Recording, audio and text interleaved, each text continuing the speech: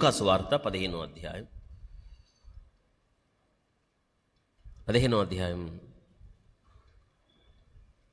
20 నుంచి చదువుతున్నాం. వాడు ఇంకా దూరముగా ఉన్నప్పుడు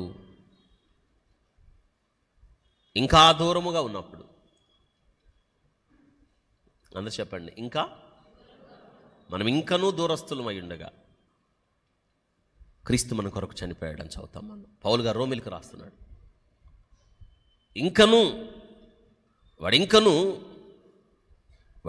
వాడింకా దూరముగా ఉన్నప్పుడు తండ్రి వానిని చూచి కనికరపడి, చూసారా, కనికరపడి పరిగెత్తి వాని మెడ మీద పడి ముద్దు పెట్టుకొనెను. చూడండి, ఇక్కడ వాడు దూరముగా ఉన్నప్పుడు తండ్రి చూచెను. వాడు పడి ఉన్న చోటికి వచ్చి, గుర్తుందా, మొట్టమొదట యాజకుడు వెళ్ళాడు ఆ త్రోవలో, 2 లేవీడు వెళ్ళాడు.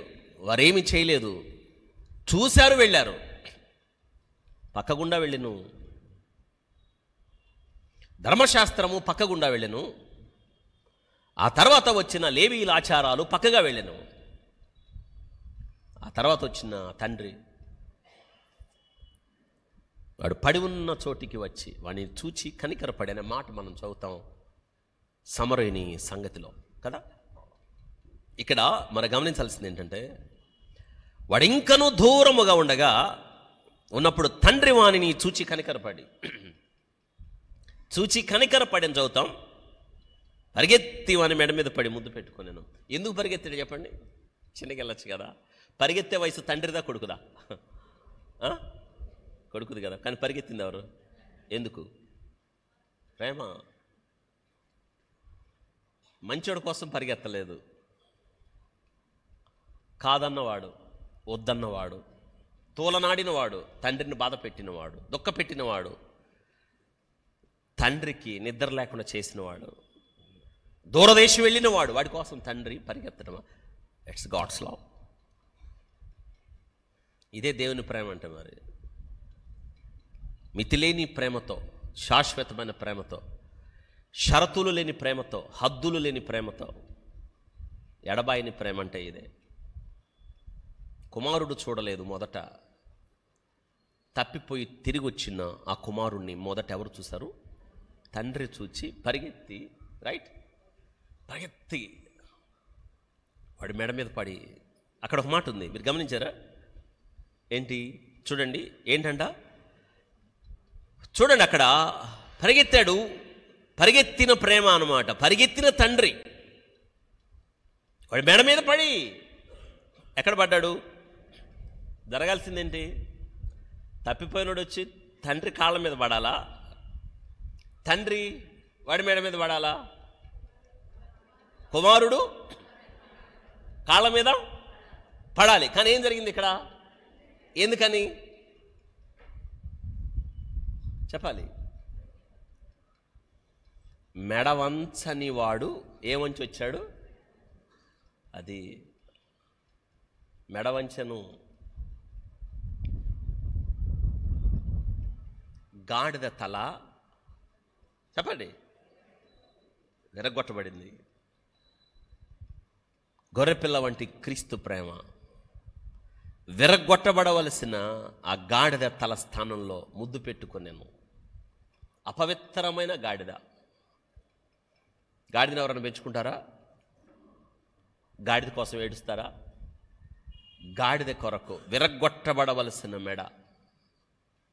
తండ్రి ప్రేమ ఏం చేసిందంటే తలెత్తేటట్టు చేసింది. అందుకే అక్కడ ఉన్న వాళ్ళని ఏమంటున్నాడంటే, చూడండి ఏం చెప్పాడు అక్కడ, ఏం చెప్తున్నాడు చూడండి. వాడు అన్నాడు అప్పుడు ఆ కుమారుడు అతనితో, తండ్రి, నేను పరలోకమునకు విరోధముగా నీ ఎదుట పాపము, ఇక మీదట నీ కుమారుడు అనిపించుకోవడానికి యోగ్యుడు కాదు, నిజమే, కానీ యోగ్యతనిచ్చాడు. అర్హుడు కాదు, అర్హతనిచ్చాడు. ఆధిక్యత లేదు, కానీ అందుకే అంటున్నాడు ఇక్కడ. అయితే తండ్రి తన దాసులను చూచి ఏమనాలి? ఇక నుంచి వీడు మీలో ఒక దాసుడు అన్నాడా? ఏమన్నాడు చూడండి. ప్రశస్త వస్త్రము త్వరగా తెచ్చి. ఆలస్యం లేదు. చూడండి, ఒక తప్పిపోయిన కుమారుడు, వద్దనుకున్నవాడు, జారిపోయినవాడు, వెళ్ళిపోయినవాడు, తండ్రిని ఆస్తి దుబారా చేసినవాడు, ఇంగ్లీష్ బైబిల్లో రాయబడ్డది వైల్డ్ లైఫ్, అటవిక జీవితం జీవించినవాడు, వాడికంట తిరిగి వస్తే మారుమనసు పొందాడు, పశ్చాత్తాపంతో వచ్చాడు, ప్రశస్త వస్త్రము త్వరగా తెచ్చి వీనికి కట్టి, దాసుడుగా కాదు కుమారుడుగా అని చెప్పి వీని చేతి ఉంగరం పెట్టి పాదములకు చెప్పులు తొడిగించుడి, కొవ్విన దూడను తెచ్చి వధించుడి, మనము తిని సంతోషపడదము. 24 తండ్రి స్టేట్మెంట్. ఈ నా కుమారుడు చనిపోయి మరలా బ్రతికెను, తప్పిపోయి అంతటా వారు సంతోషపడ. చూసారా, తిరిగొచ్చిన పాపికి మెడ వంచి తిరిగి వచ్చాడు, లోబడి వచ్చాడు, కుమారుడిగా కాదు దాసుడిగా ఉండడానికి. తన అయోగ్యత అర్థమైంది. తండ్రి, పరలోకమునకు వ్యతిరేకముగా నీ ఎదుట నేను పాపం చేశాను, ఇక ఇంకా మాత్రము నీ కుమారుడు అనిపించుకోవడానికి నేను యోగ్యుడిని. పనుడిగా పెట్టుకో, పనుడిగా కాదు, దాసుడిగా కాదు. దాసులతో చెప్తున్నాడు, ఈ నా కుమారుడు చచ్చిపోయి తప్పిపోయి దొరికెను. అందుకే ప్రశస్త వస్త్రం, రక్షణ వస్త్రం మనకి ఇచ్చేసాడు. ఇప్పుడు ధరించుకొని ఉన్నామా? అందుకే అక్కడ కూర్చున్నాం. 2, చేతికి ఏంటి? ఉంగరాలు ఉన్నాయా?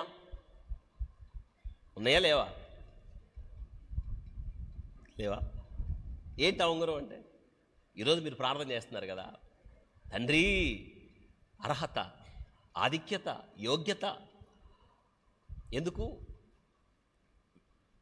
ఎంగేజ్మెంట్లో, నిశ్చితార్థంలో ఏం పెట్టారు అంటే నువ్వు నా దానవు అని.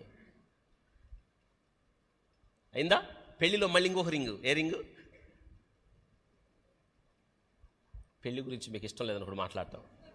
పీడకల వెడ్డింగ్ రింగు. చెప్పండి, ఏ రింగు? వెడ్డింగ్ అంటే ఏంటి? నా సొంతం అయిపోయావు. అర్హత. జాగ్రత్త వినండి. నిన్ను నేను ప్రదానం చేసుకున్నాను. ప్రదానం, వివాహం అంటే ఏమైపోయింది అప్పుడు? చెప్పాలి, నువ్వు నా సొంతం అయ్యావు అనే కదా. ఇప్పుడు జాగ్రత్త వినండి, పెళ్ళి అయిపోయింది, ఇద్దరు గొడవలైనవి. ఇప్పుడు భార్య కోర్టుకి వెళ్ళిద్ది, ఆయన ఆస్తిలో నాకు ఈమె ఊరు నిర్ణయం వచ్చింది, నిన్నేగా వచ్చింది. నిన్నే వచ్చి కోర్టుకి వెళ్ళింది. ఏం కావాలని? ఎట్టొచ్చింది? వచ్చిద్దా రాదా? ఎందుకు తెలుసా? ఏం పెట్టాడు? అది అర్హత, హక్కు, భాగస్వామ్యం. అందుకే మనకే ఉంగరం ఏంటంటే, ఒరే నువ్వు పనోడిగా ఉంటే కాదురా, నువ్వు వెళ్ళండి, కొడుకు కుమారుడుగా ఉండాలి, నువ్వు కుమారుడుగా ఉండాలి. అందుకే ఉంగరం అధికారం. తండ్రి తన కుమారులుగా పిలువబడడానికి ఎట్టి ప్రేమను అనుగ్రహించను చూడుడి. అతి పరిశుద్ధ స్థలములోనికి ప్రవేశించడానికి మనకి ధైర్యం ఇదే. అర్హత, ఆధిక్యత, ఉంగరం. మూడోది ఏంటి? చెప్పులు. అంటే ఏంటి అర్థం? ఇక తండ్రి నిన్ను పోలిన నడక, తండ్రి మార్గములో నడక, తండ్రిని అనుసరించి నడక. ప్రాణేశ్వరి, ప్రియురాలా, ఈ పాదరక్షకులతో నువ్వు ఎంత అందముగా నడుచుచున్నావు. చిన్నప్పుడు సాయంత్రం దూరదర్శన్లో ఒక అడ్వర్టైజ్మెంట్ వచ్చేది, నాకు బాగా గుర్తు. వంకర టింకరగా నడిచాముకి ఒక ఆయన తెచ్చి పారగాన్ చెప్పులు ఇస్తే స్టైల్గా నడిచింది. ఏ చెప్పులు? మీ నడక అందంగా ఉండాలంటే ఏ చెప్పులు ధరించండి, పారగాన్. ఒక అడ్వర్టైజ్మెంట్ వచ్చేది. ఆ చెప్పులు కాదు, ఈ చెప్పులు సమాధాన సువార్త వలనైనా సిద్ధ మనస్సు జోడి దేవునితో సమాధానము కలిగి ఉన్నప్పుడు, ఆ సమాధానం మనలోకి వచ్చినప్పుడు, ఆయన మార్గంలో మనం నడిచినప్పుడు, అప్పుడు పిలుస్తాడు ఆయన, ప్రాణేశ్వరి ప్రియురాల, నీ పాదరక్షకులతో నువ్వెంత అందంగా. ఇదంతా జరిగిన తర్వాత విందు జరిగింది. రండి మనము సంతోషపడ వారు సంతోషపడసాగిరి. ఈరోజు మనం చేసే ఆరాధన ఒక పక్క మనకు ఆనందం, ఒక పక్క తప్పిపోయిన మన కోసం, దారి తప్పిన మన కోసం, మెడవంచని మన కోసం క్రీస్తు ప్రభు తన ప్రాణాన్ని పెట్టాడు. ఏ రీతిగా తండ్రి మనల్ని చేర్చుకున్నాడో ఇదే మనకు గుర్తొస్తుంది.